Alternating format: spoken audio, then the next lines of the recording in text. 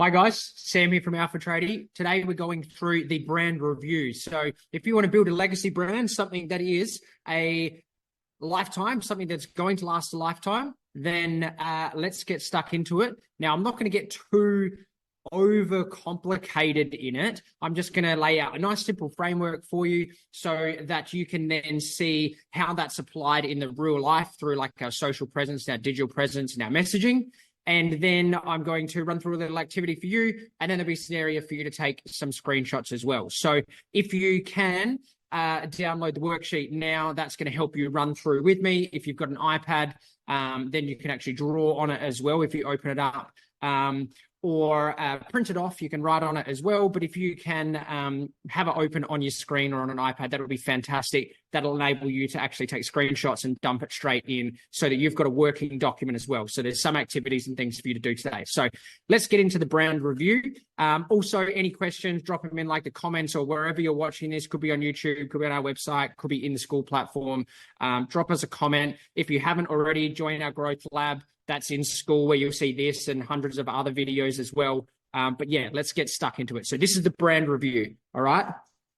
We are running straight into a really simple model. Now, you've probably seen people talk about funnels before. This really simple model that we're working with is called the AIDA model. It's effectively a funnel that is an acronym, and AIDA means awareness, interest, desire, action. So what we're doing here is we're trying to get some eyeballs in our awareness area. From there, we're trying to get them to just pay a little bit of an idea. So we're just giving us a little bit of love, a little bit of interest in there. Then they're going to get to the point where they need to make a decision, and they're going to give us their, let's just call it phone number. They're going to give us something, or they're going to make a decision that they want to. And then down into here, they're going to take some action and actually agree to working with us or requesting a quote or something like that. So let's go awareness, interest, desire, and action. So we've got our kind of model. We're going to get some eyeballs. We're going to give them some intrigue to want to actually get onto the next path of where we want them. We're going to take them on a little journey. Now, this is going to be, let's say awareness is social media. You're going to do some posting on social media. We're going to try and drive them to our website. Then we're going to get them to take some kind of action on our website in order to give us something that's going to be their details or a quote request or anything like that. So let's have a look at how this looks in real life. Now, I've used my own brands here. I've used our Build Clean company, scaled this nationally around Australia. I've also used some of the Alpha Trading stuff as well, just so you can see how it looks over a couple different brands without having to pick on anybody. So I'm happy to pick my own shit apart. Now, awareness and attracting attention. Here, what you can see is the whole the different bunch of ways that we can attract some awareness. So we have got, the Instagram account here that we can see here. We've got Google My Business as well. We use LinkedIn, and then you've also got the vehicles. So we've got those four options there, or those four areas that we are casting out our net into the world, on the World Wide Web, on the net. And we're trying to attract attention in order to get them through that first phase, through the awareness phase, attention, and then we're driving them into some form of interest. So this is where we're posting out into the world, and we're trying to get some eyeballs. From the attention, from the awareness phase, we're trying to get them down to the next level of the funnel, which spikes some interest. So we're going awareness and then interest. And you'll notice that through the interest phase, I've highlighted a few areas here. We've got everything has got a link to the website. So we've predetermined that back up in the AIDA model, we are going, and let's just chuck some ideas in here. We've got socials is where we're attracting our attention, and our interest drives them to our website. And we're doing that, and you can see here as well, we're doing that through those links. They are all over the place. They're on the vehicles, they're on the Instagram, and they're so easy to see that in our Google My Business, they're all driving to get to the one website page. Now, once we have got that interest and got them to the next level of the funnel, we've got them into our web really, we need to create some desire. We need to give them a reason to give us what we want. And the whole reason we're doing this is to get their numbers, their phone number, their email, their contact, whatever that contact is, to get something from them so that we can sell them. You know, that's really fundamentally what we're working towards. So the desire part, and I'm just going to zoom in on a couple of these things here. We can see that we've got some very exciting wording, you know, premium projects, commercial and residential. We're talking to the right people. As they scroll down the page, they can see similar people that, you know, similar businesses that they know, names that they recognize. You're probably going to recognize some Greyer, some Hutchies, depending on where you are in the country as well. Definitely you'll all be able to know Lendlease and Hanson Youngkin. And then we've got some more drilled down brands as well. So we want our potential clients to be able to get some familiarization, to be able to see, oh yeah, that's me, that works for me. Now we're going over to, okay, well, they have come down our website a little bit. They've seen the wording talks to me, the imagery of the man talks to me. You know, he's in full high vis, so that's talking to the commercial guys. Then they've seen some brands that they're familiar with. Then they see somebody's really saying something, got a testimonial in there, and also some more areas where they can actually start to go, okay, I'm coming down the funnel even further, almost getting to the point where we're converting them into some action. And then we see on each of those areas as well, we've got action spots for them. There is a chat in the bottom of each corner that they can take action. And this generally tailors to a few different people. Now, you could have a phone call button there if you want to drive as many phone calls as possible. It depends on what your customer really needs. For the purpose of this company, because there is multiple locations around the country, it's a bit hard to call a singular number. We used to do that. Now we drive them to either a chat or to a contact page, but we're getting ahead of ourselves. In the converting action part, now let's just go back up. We got awareness, interest, desire. We're down to action. We want to get something from them. Now, I did put a dollar sign there, but it could be whether they're purchasing online, which is going to be pretty slim unless they're paying a deposit or something like that. But we're really looking for that phone number, that email, that contact address. And we can see that every phase of the way, we have got some form of way they can get in contact with us. And there's even contacts up the top too. So let's have a quick snapshot. Now we're going to run through a couple snapshot examples. I think that was a bit of a rapid fire, like, this is how we're working through a particular funnel, the ADA model. Have a little snapshot just to start to think about, okay, well, that's what we're kind of working towards. Let's zoom in a little bit and work out where we are now. So I've taken my brand. We've got Alpha Tradie here, you know, another one of my brands. We have put in the logos. Now, logo and horizontal and square logo. You should have one, the other, or ideally both. And we're going to get to that in a moment. And then we can see, you know, the website and the way the branding and the messaging and everything is laid out. Now, I have left a page here for you. This is where you can actually screenshot your logos, screenshot your website, pop them into here so that into the workbook so that you can start to establish, okay, well, you know, these are interesting. This is getting some idea of where we're at with establishing where we are. Now you put your stuff in here as well. And then I also want you to take a moment to think about, okay, well, now that I've put my stuff into here and it's in comparison to some of the other pieces that we've looked at earlier on, how does your stuff stack up? What things need to be changed? So in the snapshot of you might actually decide, you know what, you're going to hand draw what you think your logo could be, because you might not have a logo, for example. So you might start to hand draw some things in there, or even create some stuff on Canva and pop those in. So we've got your current position, which we see here, and then we've got you 2.0. So this is where we're starting to develop. What do we really want to do? Okay. Thinking about we've done a little bit of the visual kind of stuff of, like, you know, where we are and kind of what we want to do. Now we really need to start thinking a bit deeper about what does our brand actually say. Now we're talking about the target. So we're going to look at who our target are, what do they want, and also how do we solve their problem. So these are a couple activities for you to do, and you're going to need this worksheet. But for example, let's take the target who. So who exactly are our target? Now, for the purpose of, let's just use the Bill Clean example. the purpose are, or who are they? They are builders. They are not homeowners. They are men. They are not women. You know, we're starting to get very specific about who they are and who they are not. So I want you to continue this and build out as many things. You may even want to copy the page a couple times or use some spare paper in order to work out exactly who your ideal customer is and who your ideal customer is not. Then moving on to what. What does our ideal customer want and what don't they want? So let's take the bill clean example again. The ideal customer, the builder, wants consistent cleaners and they want the cleaners to answer the phone. So there's some very straightforward things that we know exactly the builder does want. And you'll notice that they're not necessarily service specific, but our service company as a whole, the things that we offer as a brand as a whole. So you don't necessarily have to have a point of difference in we are a different chippy gang in that, you know, we have got some wang fang, you know, innovative way of nailing studs in. Like, you don't have to reinvent the wheel in that regard. You might just say that we're going to answer the phone in 3 rings because we're super responsive and we're going to push down that path.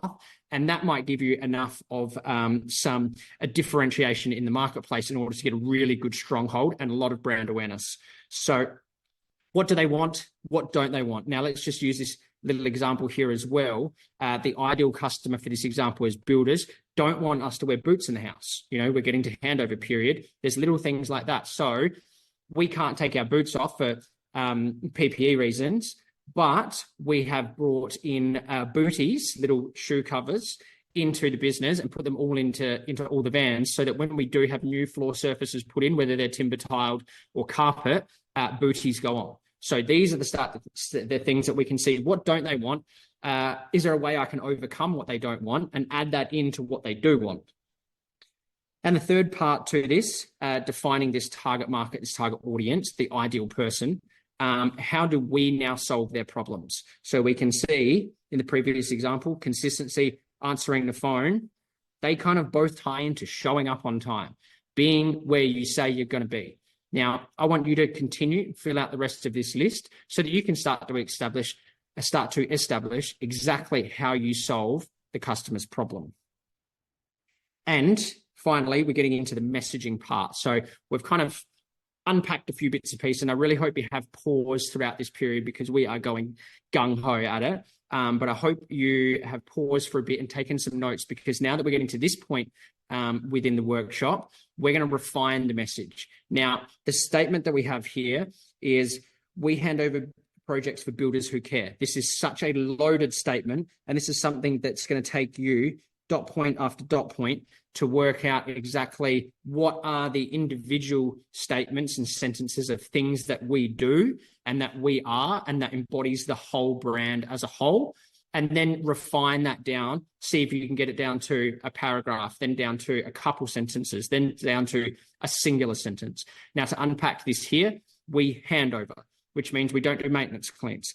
Projects, meaning we work for builders, not people on their own homes.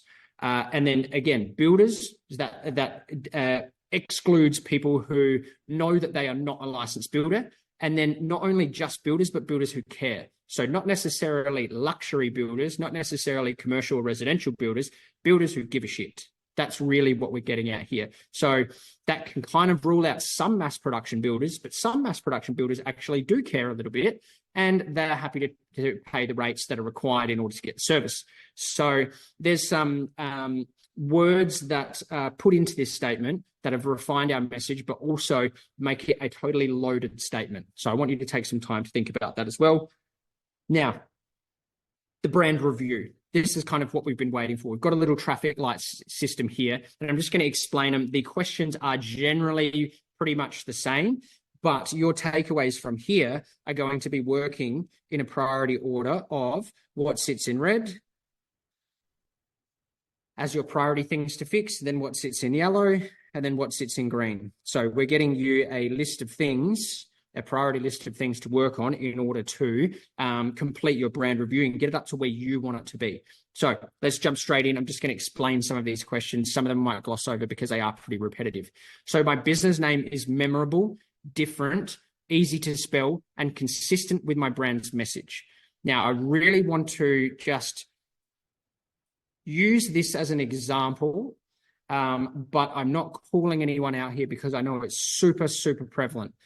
There is a stark difference between calling, and let's use the Build Clean example, calling the company Build Clean, explaining what we do within a couple words. It's in 2 syllables. It's very easy to say, very easy to remember, can be spelt very easily, doesn't have to be repeated.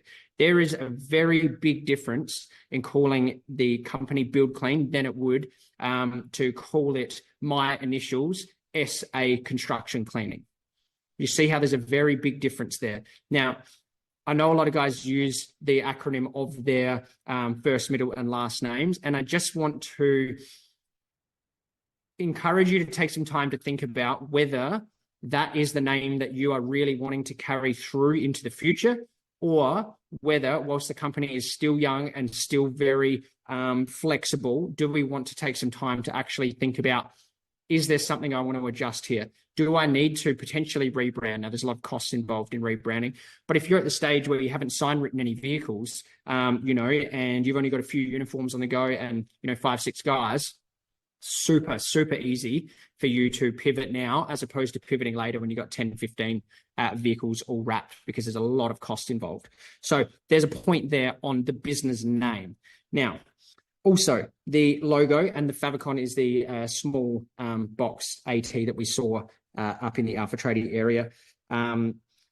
My logo is a simple design. It uses a couple colors, 1 to 3 colors, and is able to be placed in horizontal and square locations. I need you to consider, how is your logo transferable from your Instagram profile picture to your Facebook profile pictures, to your uniform on your chest, over the breast pocket, to uniform on the back, shoulder to shoulder, to how is it transferred onto a business card, and how is it transferred onto a vehicle as well. Take some time to think about these things, because as we've said earlier, once the company gets quite large, it's very hard to undo some of these things that we might have not given the deep thought that it needed at the time. Now, let's move on to more of our digital presence. So they're kind of the 2 really top level, high level elements of like business name, logo, coloring, that kind of thing. Really just want to keep it as simple as possible. Now, moving on to Instagram, Facebook, LinkedIn, and Google My Business. Now, these are all questions that are very similar, but let's just use the Instagram example. So my Instagram account bio talks directly to my target customer and provides the right links for them to take action. Now, there's some things that you should be putting in your social bios and things that you do not need to have in your social bios. Your builder's license number does not need to be in your social bio. A statement about who you work for, let's just say you're a residential chippy, you would be doing some kind of statement in there about what you frame, or your framing, and then who is it for. Let's just say location framing specialist, residential framing specialist, mass production framing specialist, custom homes framing specialist. Those kind of things are going to be a lot better use of the couple hundred characters than putting your builder's license number in there, because no one cares. Unfortunately, no one cares what your builder's license number is, and it's going to come out on your quotes and invoices anyway. So let's use this space up front to tell the customer exactly what we want to tell them and what they need to know. Now, second to that is the imagery. So we've got the wording. We only get a few characters to explain as much as we need to get that awareness, to give them enough interest to want to actually get over to our website or wherever we're taking them. But most cases, it's going to be the website. Also, your phone number will be there for people who want to skip all the steps. But we want to think about, let's use a chippy example again for the imagery. Does the imagery talk directly to my customer so they can see exactly what we do and what we don't do? Now, if you are a first fix carpentry gang, and you don't do any second fix, you don't do renovations, you don't do sheeting, you don't do decks anymore, don't fucking post it. Don't have any of those photos on there. Only have photos of your guys doing first fix, doing frames, standing on roof truss or standing up roof trusses, doing all of those kind of elements, but don't have all the previous pictures of you doing decks or the one renovation that you did, but you found out that you fucking hate renovations and you don't want to do that again.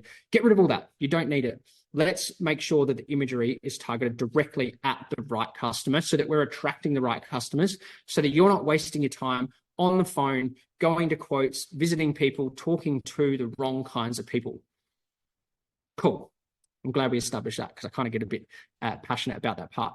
Now, the questions pretty much run the same framework through for your Facebook account, for your LinkedIn account. Now, if your ideal customer doesn't go on LinkedIn at all, like if you are, for the example of the first fix carpentry for residential, don't worry about doing LinkedIn, but you'll definitely still, we all need to have our Google My Business profile set up as well. Now, for the opposite example of that, if you are a commercial electrician, then you absolutely do need to have your LinkedIn profile, because commercial builders, the contract administrators, the project managers, all of those kind of guys are all on LinkedIn. And the reason they're on LinkedIn is because they're all jumping ship from builder to builder to builder to try and find the best deal and the best life for themselves. And if you're on LinkedIn as well, then you have a greater chance of actually running into those guys and becoming top of mind. So that's why we use LinkedIn for commercial clients. So take some time, do your brand review, extract out where your priorities are, whether they're red, yellow, or green, and then go back through and review some of the notes and do some of the activities that we've just ran through. Now, you're definitely going to need to pause this because we have gone super fast today. We also have a spare page down below if you do need to take some notes as well. As I've said, you can get the worksheet through various links, but the best way is going to be to jump into our school, the Growth Lab, and we'll be able to get you the workbook from there. It's going to be in the classroom section. Thank you very much, guys.